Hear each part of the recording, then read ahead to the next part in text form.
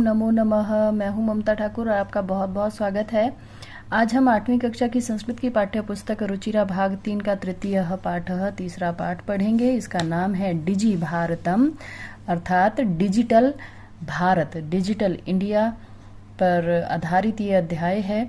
और इसमें बताया गया है किस तरह से हमारे भारत ने डिजिटल रूप को धारण किया है, किस प्रकार से कंप्यूटर आदि और मोबाइल आदि इन सब उपकरणों ने हमारे जीवन को सरल बनाया है। तो इसके विषय में इस अध्याय में बताया गया है। तो अथ अद्य संपूर्ण विश्वे डिजिटल इंडिया इत्यस्य चर्चा श्रूयते। अद्य मतलब होता है आज, संपूर्ण विश्वे सारे विश्व में डिजिटल इंडिया इसकी चर्चा सुनाई देती है या इसका नाम सुनाई देता है। आज पूरे विश्व में डिजिटल इंडिया इसकी चर्चा सुनाई देती है। अस्य पदस्य क भावः इति मनसि जिज्ञासा उत्पद्यते। इस पद का, इस शब्द का क्या भाव है, क्या अर्थ है, यह मन में जिज्ञासा उत्पन्न होती है। उत्पद्यते अर्थात उत्पन्न होती है। ये जिज्ञासा मन में उत्पन्न होती है। काल परिवर्तनेन सह मानवस्य आवश्यकता अपि परिवर्तते। समय में परिवर्तन के साथ मानव की आवश्यकता भी परिवर्तित होती है या बदलती है। समय बदलने के साथ मानव की आवश्यकता भी बदलती है। प्राचीन काले ज्ञानस्य आदान प्रदानं मौखिकम् आसीत्, विद्या च श्रुति परंपरया गृह्यते स्म। प्राचीन काल में ज्ञान का आदान प्रदान मौखिक था, अर्थात मुख से बोलकर जो है ज्ञान का आदान प्रदान किया जाता था। और विद्या श्रुति परंपरा मतलब कि सुनकर, सुनने की परंपरा से ग्रहण की जाती थी। मतलब कि मुख से बोलकर और सुनकर जो है विद्या का ग्रहण किया जाता था। अनंतरम, अनंतरम अर्थात इसके पश्चात तालपत्रोपरि भोजपत्रोपरि च लेखन कार्यम आरब्धम। इसके बाद ताड़ के पत्र पर और भोज पत्र पर, यानी कि भोज के पत्र कहते हैं पत्ते को, ये जो है वृक्षों के नाम दिए गए हैं जिनके पत्ते थोड़े बड़े हुआ करते थे। तो इन पर जो है लिखने का कार्य आरंभ हुआ, यानी कि पहले जो है पत्तों पर लिखा जाता था। तो अनंतरम तालपत्रे मतलब कि इसके बाद ताड़ के पत्तों पर और भोज पत्ते पर लिखने का कार्य शुरू हुआ।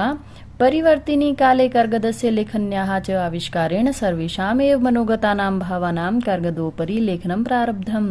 समय के साथ जैसे जैसे समय में बदलाव हुआ तो कागज और पेन के आविष्कार से सबके मन के भावों को कागज पर लिखा जाने लगा। प्रारब्ध मतलब प्रारंभ हुआ, कागज पर लिखा जाना प्रारंभ हो गया। टंकण यंत्र से आविष्कारेण तु लिखिता सामग्री टंकिता सती बहुकालाय सुरक्षिता अतिष्ठत। अब टंकण यंत्र होता है टाइपराइटर, जिससे आप टाइपिंग कर सकते हो। तो जब टंकण यंत्र आया यानी कि टाइपराइटर आया तो उसके आविष्कार से तो लिखित सामग्री को जो है टाइप करके रखा जाने लगा और बहुत समय के लिए, बहुकाला मतलब बहुत समय के लिए, सुरक्षित अतिष्ठत, जिससे वो जो है बहुत समय के लिए सुरक्षित रही।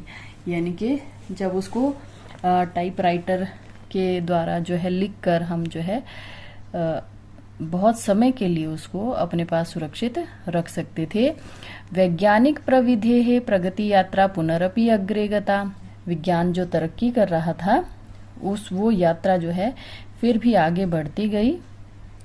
अद्य सर्वाणि कार्याणि संगणक नामकेन यंत्रेण साधितानि भवन्ति।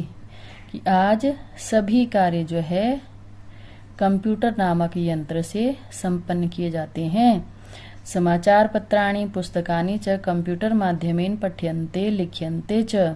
समाचार पत्र और पुस्तकें कंप्यूटर के माध्यम से पठ्यन्ते मतलब पढ़े जाते हैं और लिख्यन्ते मतलब लिखे जाते हैं। कर्गद उद्योगे वृक्षाणाम उपयोगेन वृक्षाः कर्तयन्ते स्म।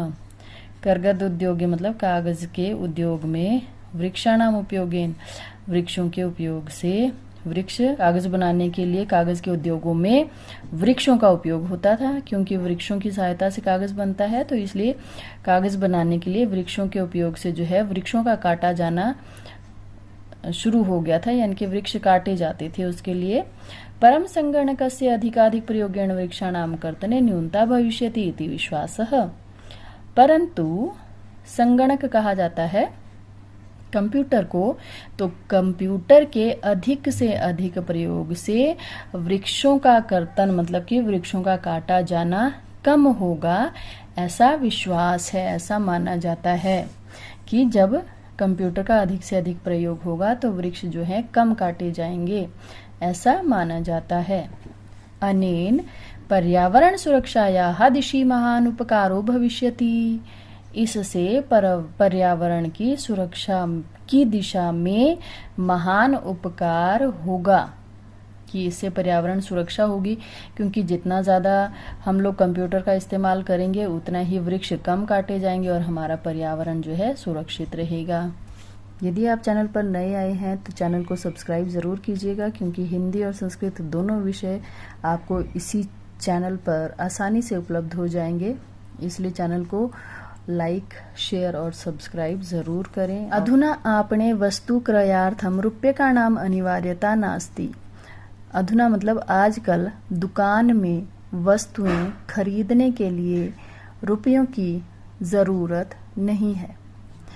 कि अब क्या होता है, अनिवार्यता मतलब बहुत ज़रूरी होना किसी चीज़ का, तो अब दुकान से कोई चीज़ खरीदने के लिए रुपयों की अनिवार्यता नहीं है, कि रुपयों की बहुत आवश्यकता नहीं है।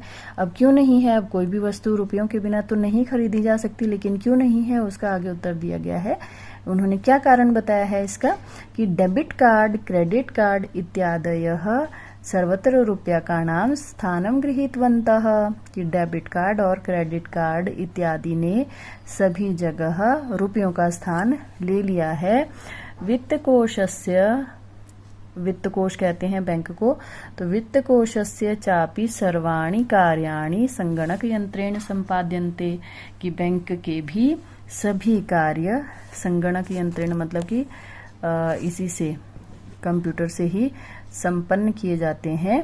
बहुविधाः अनुप्रयोगाः मुद्राहीनाय विनिमयाय सहायकाः सन्ति, कि बताइए कि बहुत सारे ऐप्स ऐसे हैं जिनके द्वारा हम लोग रुपयों का विनिमय मतलब लेन देन करने में हम लोगों को सहायता मिलती है।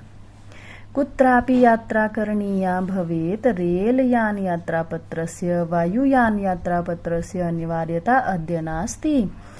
कहीं भी यात्रा करनी हो तो रेल यान यात्रा पत्र मतलब रेल का टिकट, वायुयान का टिकट, इन सब की अनिवार्यता अब नहीं है। सर्वाणि पत्राणि अस्माकं चलदूरभाष यंत्रे ईमेल इति स्थाने सुरक्षितानि भवन्ति, कि सभी प्रकार के पत्र, ये जितने भी टिकट होते हैं, चाहे रेल का टिकट हो चाहे वायुयान का हो, ये सभी हमारे चल दूरभाष बोलते हैं मोबाइल फोन को, तो हमारे मोबाइल फोन में ही ईमेल के स्थान पर सुरक्षित होते हैं, जिनको दिखाकर हम आसानी से सुगमता से यात्रायाः आनंदम गृहीणीमः, यात्रा का आनंद ले लेते हैं।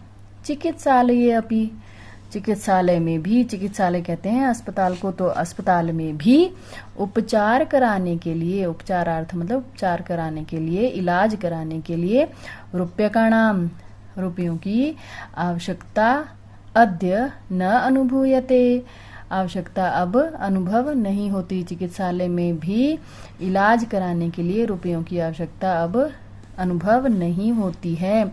सर्वत्र कार्ड माध्यमेन ई बैंक माध्यमेन शुल्कम प्रदातुं शक्यते, सभी जगह कार्ड के माध्यम से, ई बैंक के माध्यम से शुल्क दिया जाता है।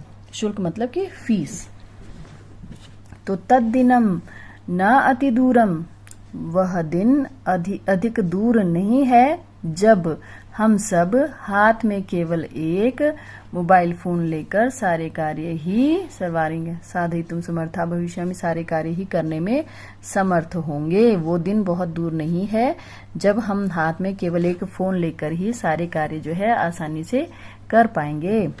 वस्त्रपुटके रूप्यकाणाम आवश्यकता न भविष्यति। वस्त्रपुटक कहते हैं आपकी जेब को, तो जेब में पैसों की आवश्यकता नहीं होगी। पासबुक, चेकबुक इत्यन्योः आवश्यकता न भविष्यति। पासबुक, चेकबुक इनकी भी आवश्यकता नहीं होगी। पठनार्थम पुस्तकानाम समाचार पत्राणाम अनिवार्यता समाप्त प्राया भविष्यति। पढ़ने के लिए पुस्तकों की, समाचार पत्रों की अनिवार्यता समाप्त हो जाएगी। लेखनार्थम लिखने के लिए अभ्यास पुस्तिका और कागज, करगद मतलब कागज की, नूतन ज्ञान अन्वेषणार्थम नया ज्ञान खोजने के लिए शब्दकोश की भी आवश्यकता नहीं होगी।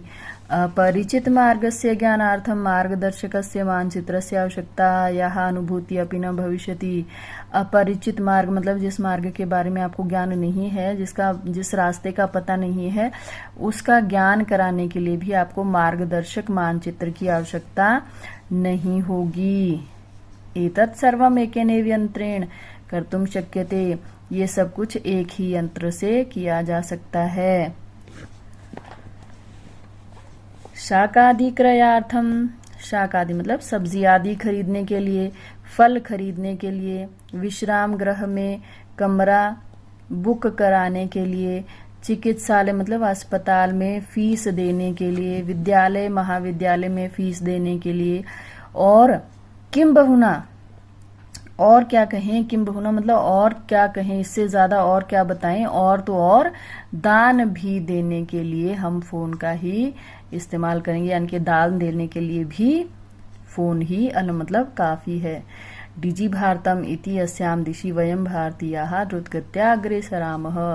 तो डिजिटल इंडिया इस दिशा में हम भारतीय द्रुत गत्या मतलब तेज गति से आगे बढ़ रहे हैं। तो ये तो था पाठ का हिंदी अनुवाद। अब इसका प्रश्न अभ्यास भी कर लेते हैं। कुत्र डिजिटल इंडिया इत्यस्य चर्चा भवति। संपूर्ण विश्वे केन सह मानवस्य आवश्यकता परिवर्तते। काल परिवर्तनेन आपणे वस्तूनाम क्रय समये केशाम अनिवार्यता न भविष्यति।